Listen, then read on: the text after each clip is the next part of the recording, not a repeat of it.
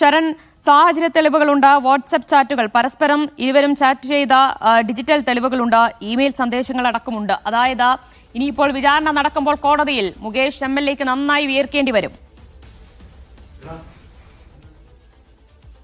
Mukesh MLA ക്ക് നന്നായി വിയർക്കേണ്ടി വരുമെന്നുള്ളത് തന്നെയാണ് ഈ കുറ്റപത്രത്തിലൂടെ നമുക്ക് മനസ്സിലാക്കാൻ കഴിയുന്നത്. ദിവ്യ, ഇതിൽ പ്രധാനമായും ഈ കേസ് നിലവിൽ വന്നതിന് പിന്നാലെ മുകേഷ് MLA പ്രതികരണവും വന്നിരുന്നതാണ്. സോഷ്യൽ മീഡിയയിലൂടെ അദ്ദേഹം പങ്കുവച്ചിരുന്നതാണ് പ്രതികരണം. അതിൽ പറഞ്ഞിരുന്നത് ഈ നടി സാമ്പത്തിക നേട്ടത്തിന്റെ ഭാഗമായിട്ടാണ് ഇത്തരത്തിലൊരു ആരോപണം ഉന്നയിക്കുന്നതെന്നുള്ളതാണ്. അങ്ങനെ സാമ്പത്തിക നേട്ടത്തിന് വേണ്ടി ബ്ലാക്ക് മെയിൽ അടക്കം ചെയ്യുന്ന സാഹചര്യം ഉണ്ടായിരുന്നു. ഈ ആരോപണം ഉയർത്തിക്കാട്ടിക്കൊണ്ട് ബ്ലാക്ക് മെയിൽ ചെയ്യുന്ന സാഹചര്യം അടക്കം ഉണ്ടായിരുന്നു എന്നുള്ളതാണ്.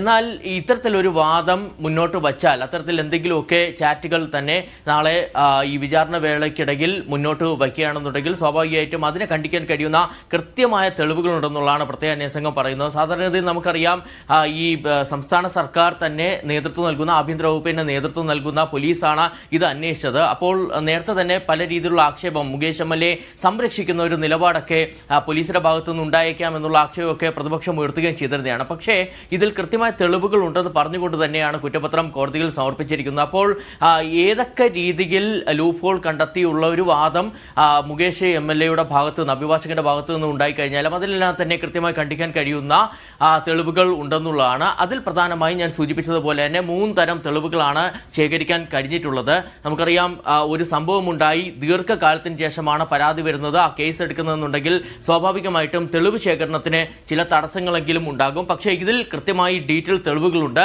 സൂചിപ്പിച്ച പോലെ തന്നെ ഈ പീഡനം നടക്കുന്നതിന് മുൻപും പീഡനം നടന്നതിന് ശേഷവും ഇരുവരും തമ്മിൽ നടത്തിയ ചാറ്റുകളുണ്ട്. ആ ചാറ്റുകൾ, കുറച്ച് ചാറ്റുകൾ ഈ പരാതിക്കാർ തന്നെയാണ് SIT ക്ക് കൈമാറിയിരുന്നത്. അതിന് പുറമെയാണ് മറ്റ് ചാറ്റുകൾ കൂടി വീണ്ടെടുക്കുകയും ചെയ്തിരിക്കുന്നത്. നേരത്തെ മുകേഷ് MLA ഫോൺ അടക്കം പ്രത്യേക അന്വേഷണ സംഘം പരിശോധിക്കുന്ന സാഹചര്യം ഉണ്ടായിരുന്നു. ഒപ്പം തന്നെയാണ് മുകേഷ് MLA ചോദ്യം ചെയ്യുകയും ചെയ്തിരുന്നത്.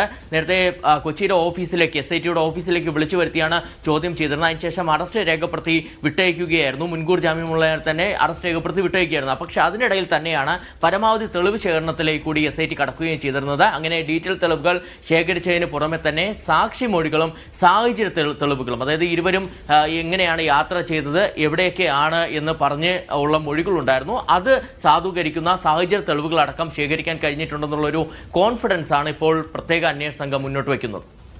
ശരൺ, ഇതിൽ സാക്ഷിമൊഴികൾ എന്ന് പറയുമ്പോൾ സിനിമാ ലോകത്തു നിന്ന് തന്നെയുള്ള സഹപ്രവർത്തകരുടെ സാക്ഷിമൊഴികളാണോ? ഒപ്പം ഈ വാട്സ്ആപ്പ് ചാറ്റുകൾ, ഇമെയിൽ സന്ദേശങ്ങളൊക്കെ പരാതിക്കാരി തന്നെ അന്വേഷണ സംഘത്തിന് കൈമാറുകയായിരുന്നു. കുറേയൊക്കെ വാട്സപ്പ് ചാറ്റുകളും ഇമെയിൽ സന്ദേശങ്ങളും പരാതിക്കാരി തന്നെ നൽകിയതെന്നുള്ളതാണ് നമ്മൾ മനസ്സിലാക്കുന്നത്. അതിനപ്പുറമുള്ള തെളിവ് ശേഖരണത്തിലേക്ക് കൂടി പിന്നീട് SIT കടക്കുകയായിരുന്നു.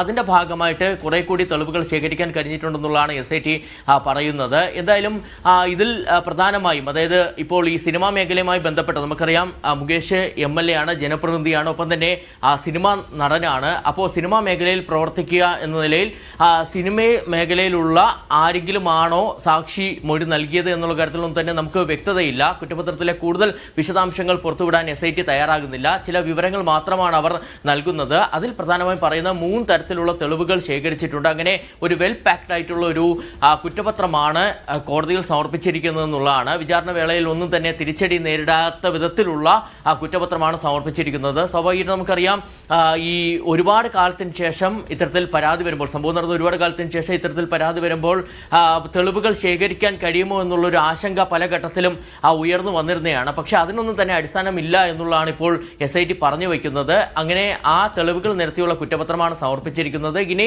കോടതി ഈ കുറ്റപത്രം സ്വീകരിക്കുന്ന കാര്യത്തിൽ തീരുമാനമെടുക്കുക. അതിനുശേഷമായിരിക്കും വിചാരണ നടപടികളിലേക്ക് കടക്കുകയും ചെയ്യുക.